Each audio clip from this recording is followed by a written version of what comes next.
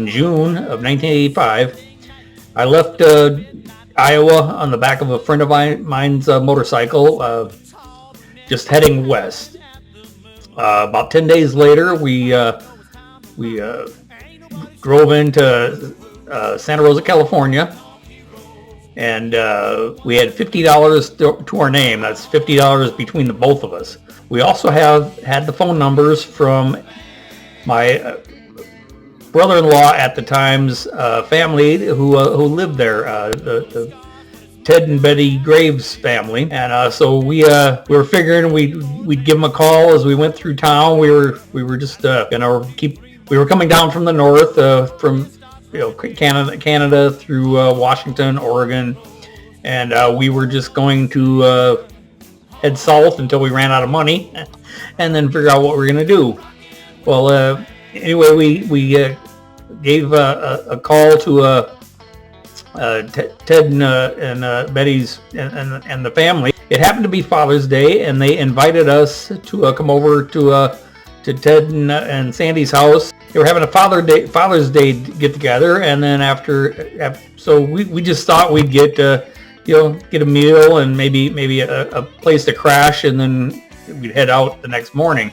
Well, after just spending a few hours talking to everybody, we found out that they could find us some jobs, and anyway, we long story short, I ended up staying in Santa Rosa for about 27 years total. The Graves brought us into their homes, and even though I was just an in-law of another cousin of theirs, they treated me like family from the first day.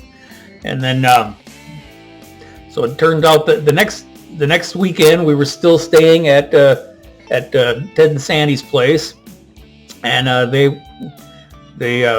we went to a barbecue with them at I think it was Rago Ranch Park in Sebastopol, and there was a band playing that day, the Amarillo Band, which we found out they were friends with the Graves.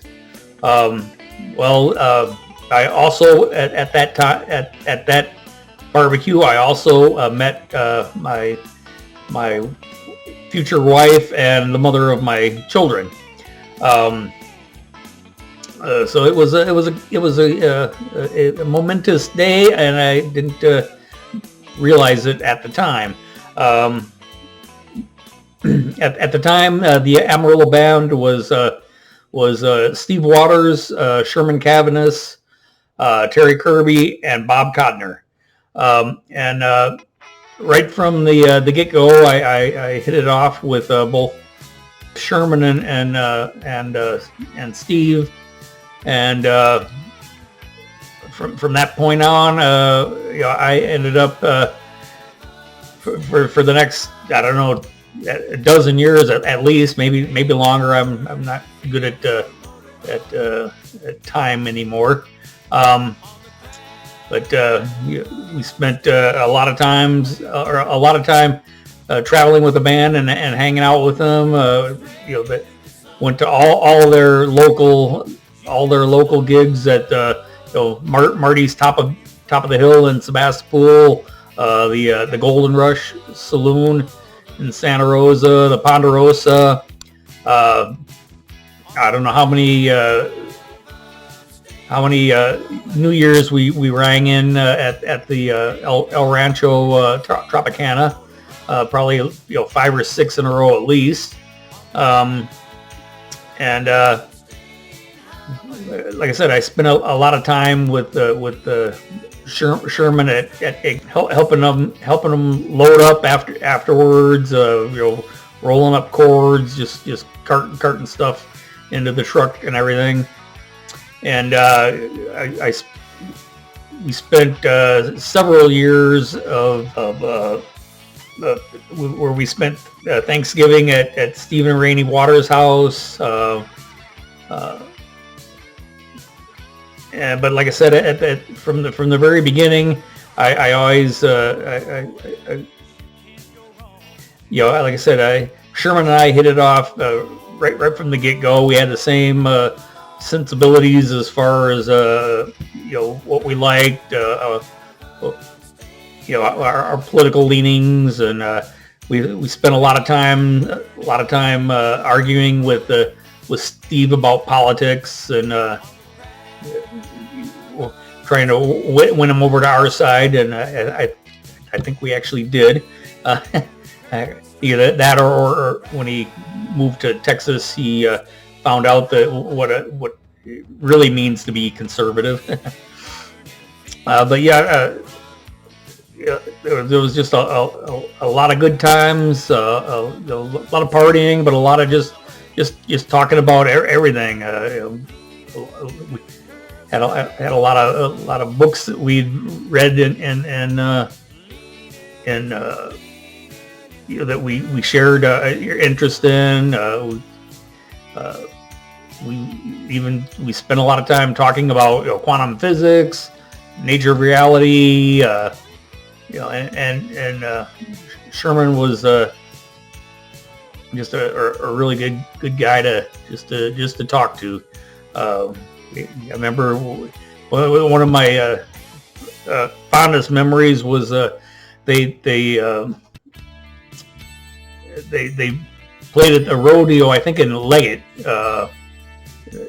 So they were playing several days in a row, spending the night up there in the hotel, and so we actually were up there staying all the days, going to every day at the rodeo.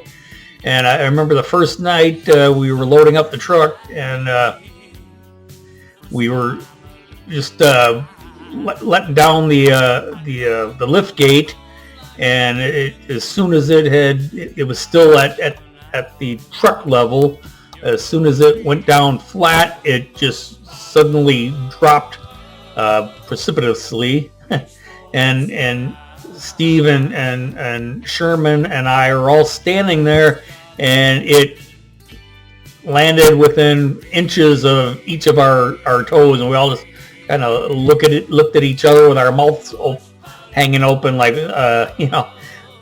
just to see if everybody else had their feet intact.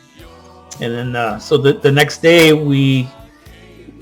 Sherman and I went riding around from junkyard to junkyard with the hydraulic unit, see if we could find one. And actually, we found one at one of the first junkyards that we stopped at. So we were pretty lucky that way. Like I said, and then when they started working down at the saddle rack down in San Jose, we'd go down. Like once a month, we'd go down for a weekend and spend a couple nights in a hotel and just hanging out with them. And like I said, Sherman, he was a great guy, and actually all the guys in the band, the fact that they were a working band that did I don't know how many, probably 340 gigs a year. But they were all very good family people. So they always maintain a good balance between work and family, considering what the work took out of them and everything. I think some of the gigs that really I really remember the most was the family type of things that they did. The Labor Day get-togethers up at the Graves property up in Lake County. The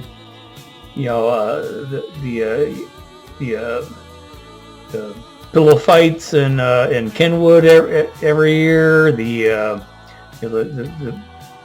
things at the fair every year, where it was you could bring the whole family. And my daughter grew up, learning to dance in front of Amarillo, Even my son, even though he was younger, still remembers going to the gigs. Like I said,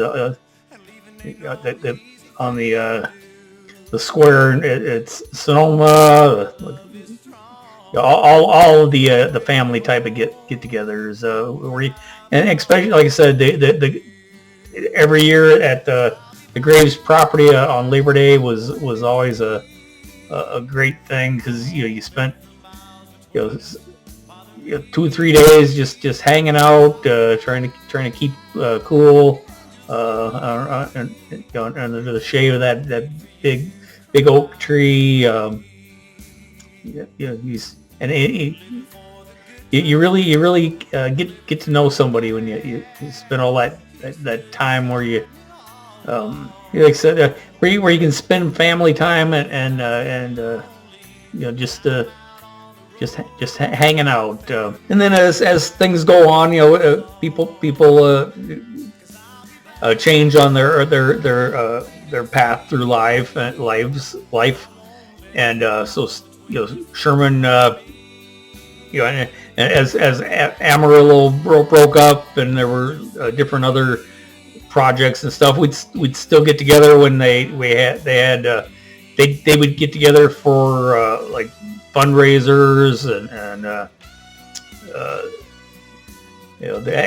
they played at our wedding early on. I only two years after I got to California, they played at our wedding.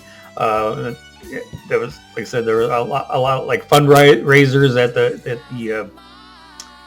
the Veterans Building, and then Steve went to school for computers, and ended up moving to Texas, and Sherman started driving the bus for Golden Gate Transit.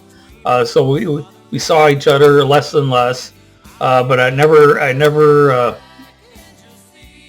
forgot how close we were, and when I heard what happened with Sherman, that he had gotten cancer, and knew that he didn't have very long. It really you get to you're at that age where you're used to people, people that you've been close to for years, end up dying, but Sherman really hit me hard, because he always had that sparkle of life around him. Just his that smile, that look he'd give you, kind of looking under his eyebrows. Like I said, I'll even though I hadn't seen him for years, I'm still gonna miss the fact that he's not here anymore, and that's about all I can say that right now. But I'll miss you, Sherman, and I'll definitely always remember the great times we had, and what a great person you were. So rest in peace, and see you on the next go around.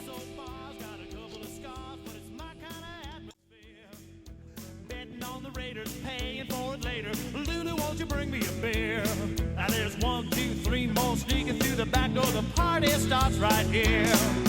Honky tonk heroes, one more one night stand. Honky tonk heroes, rockin' with the band.